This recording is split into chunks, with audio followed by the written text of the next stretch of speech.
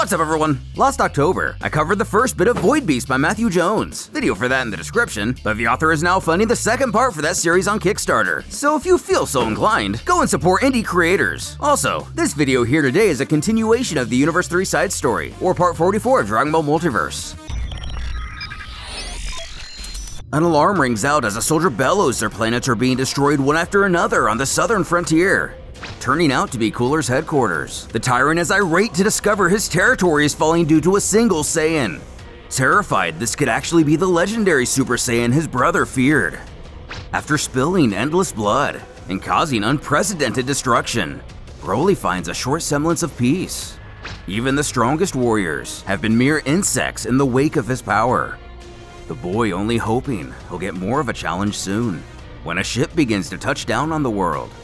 Stepping out, not only Cooler, but his father, King Cold, the child grinning with excitement at the pair. The Frost Demons speak amongst each other, the Elder asking if that little Saiyan is at fault for what they see before him. Cooler confirms that's the case. Sending Broly soaring through the air with ease. At last, he can finally use his true power. Smirking, Cooler laughs this kid is clearly above an elite. But alas, still nothing to the likes of a Frost Demon.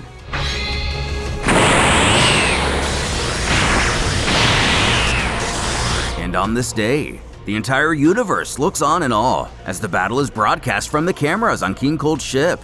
The announcer on the television comments how their aggressor appears to be only a single Saiyan child who has turned into an abomination of pure power. Never imagining they would witness the invincible demons actually beaten and killed by one being. The boy soon disappeared, but reports are confirmed of both Cold and Cooler's death.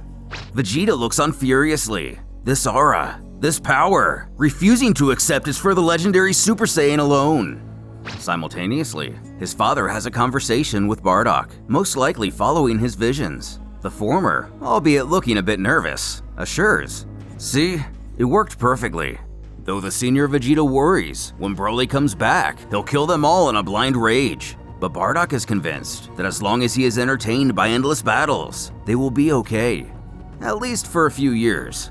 Apparently, despite the changes in this universe, it was yet again destiny for the Saiyans to rid themselves of the legendary Super Saiyan, one way or another. Ever since, the galaxies fell into utter chaos. The Saiyans continued with their deadly conquest.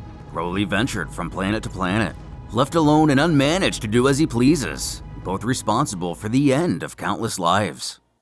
Age 754, about 17 years have passed.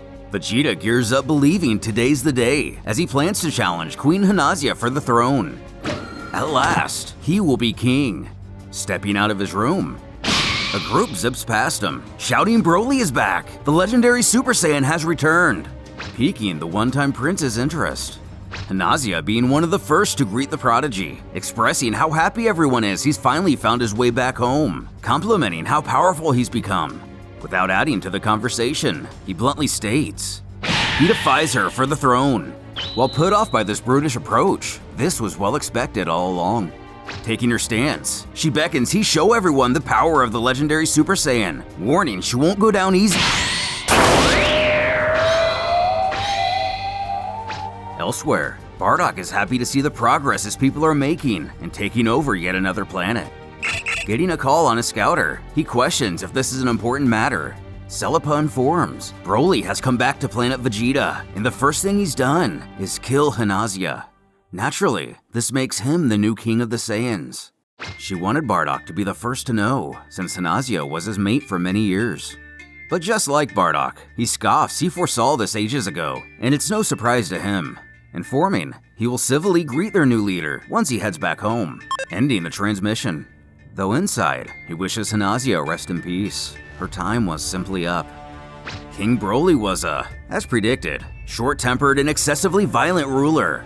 But what's more acceptable in a Saiyan society? From time to time, he would even use his Super Saiyan form, but never faced a genuine challenge, so his legendary state remained dormant, leaving the king mostly sane. Vegeta studied Broly with extreme jealousy. His obsession grew from fear, to anger, to hate, and finally, suffering. unlocking Super Saiyan for himself on a distant world, absorbing the ramifications of the transformation, realizing he's been put through the most ruthless training. Yet, he came nowhere close to the king's power. But now, due to his own self-loathing, his potential has awakened. And it's now confirmed, the Super Saiyan is not limited to only Broly. You're almost right. Spotting Bardock lurking nearby, he demands to know what he's doing here. Who grins? He's been waiting for this day for 20 years. Informing the warrior, he is now the lone fighter who can stand up against Broly. Grabbing him by the throat, the tormented Saiyan bellows. He knew this entire time and didn't say anything? Still taking satisfaction in seeing his premonition come full circle. Bardock reminds, he only makes the future known when it's something he wants to avoid. More importantly, Vegeta is going to challenge the king for the throne. But even with this most recent transformation, he is still nothing when compared to the legendary Super Saiyan. Having seen him crushed by the king in several visions, Bardock has long been searching for a way for Vegeta to defeat him. Apprehensive, but why would you help me? The soothsayer has a pretty simple answer for this. Broly will eventually go on a rampage, destroying both galaxies and the Saiyan race. Vegeta won't. Each time Bardock devised a plan, a vision would inform if it'd work. After many failures, he believes he has at last discovered the perfect strategy. Admitting to the warrior he won't like it, but it's undoubtedly the best option. Indeed, Vegeta despised the idea, but would come to accept it after seeing how outclassed he was by Broly. Back on planet Vegeta, the king joyfully accepts the challenge, happy to kill him this afternoon. But upon revealing he has also achieved the Super Saiyan state, Broly excitedly moves the fight to right now, but shouting for them to wait. Vegeta Sr. quarrels the strength of 2 Super Saiyans is unheard of. With that kind of power, their duel will kill them all, urging they instead find an isolated planet where they can both fight without any exterior concerns. Another Saiyan backs up this idea, but the king refuses to wait. Trying to appeal to Broly's ego, he urges, his king is wise, and he knows the fight will be much better this way. Who in turn offers exactly 1 minute to find such a world. And doing so, plus a bit of extra time for preparations, the pair head to their respective pods. While it'll take a few weeks for them to arrive, luckily, they'll slip into hibernation and the trip should seem instantaneous. Time quickly passes, and an alien soldier alerts his superiors. It appears 2 Saiyan ships are approaching. Baffled to find Saiyans all the way out here, he orders his men to fire. Touching down on the ship, an armed platoon rushes to greet him. One warning, they turn around immediately, as this place is very dangerous, causing Vegeta to mock. Of course it is! We're here! Making quick work of him, Broly is now ready for the real battle to begin.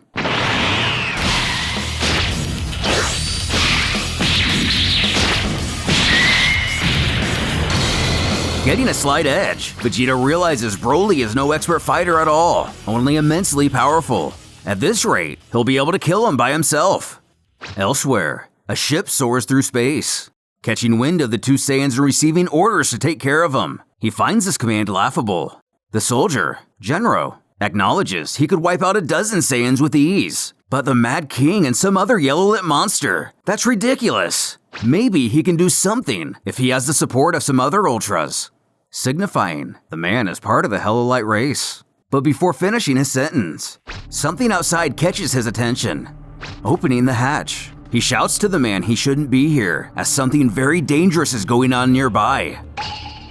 Before possibly absorbing this man is flying through the cosmos on only a crystal ball, questioning what he is. Without fully turning, Raichi utters he is revenge personified, the ultimate enemy of the Saiyans. Optimistic at the luck of running into a friend all the way out here, the doctor affirms their mutual interest does not make them friends, only allies at best. What's the point of so many blasts if you can't even aim? As cocky as ever, Vegeta promises to show the king how it's done, who growls this pest is beginning to get on his nerves. Powering up, his challenger scoffs he stay put right there, and this will be over soon.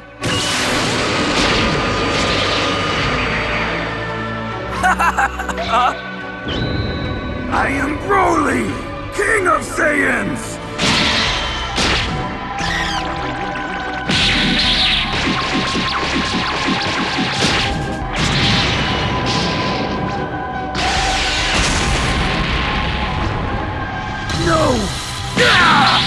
finished already? The Hell Light stares on at the battle before him, as two more Ultras, Wigner and Walls, accompany him, informing the unknown Saiyan appears to be out of commission, but they must stop the Mad King. Indeed, Vegeta has likely lost this battle, as Broly senses the other men in the sky. Now completely insane, he salivates at having the thought of more fighters to kill. Firing the Ultra Waver. It's no use. One of their most powerful attacks does nothing against the legendary Super Saiyan. Dashing towards him, they resolve to rely on hand-to-hand combat. Wall's convinced he'll run out of energy eventually, but Genro knows they must not rely on that. Commanding they use the laser. It can cut through anything. Yes, sir! Nothing! Taking down their comrade with next to zero effort. His fellow Ultras can only stand by helplessly. Hey Broly! You're not done with me yet! Arguing since the station they were previously battling on has been reduced to rubble. They finish this on a nearby world. Following his challenger to a dark planet, the Hell Lights are aghast at what these fools are doing. Ready to put an end to this once and for all, Vegeta couldn't agree more. Though disappointed, he had to rely on Bardock's plan. What? The sludge beneath the king quickly crawling up his body, unable to escape the deadly powers of the carbonite. The substance methodically encumbers the King of Saiyans, consuming him entirely. Though Vegeta hasn't a clue what this gunk is, it's apparently something that can even take down the likes of the legendary Super Saiyan. And now since he's dead, Vegeta stands as the most powerful warrior in the universe, before being confronted by the Ultras, who declare he's under arrest. Dropping from his transformation, oxygen sounds good to the new king, so he gives himself up without a fight. Warning, these restraints are made from Kashin Alyaj. He tells the Saiyan not to try anything stupid, cautiously ushering him to the ship. One chides a single powerful blow to the planet beneath him could eliminate the entire universe, scolding that was very dangerous what he did. Rushing back to Helior with the Mad King dead and a powerful Saiyan hostage in their hands, Genro thinks aloud, maybe Wall's death wasn't in vain after all.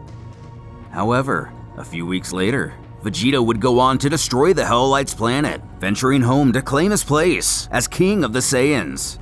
And as before, their empire only continued to grow. But back on the Carbonite world, Download of the new and it's so complete. They were unaware of a new menace brewing in the darkness, who mumbles he has obtained another Saiyan ghost, unsure if he likes using them to his advantage or not.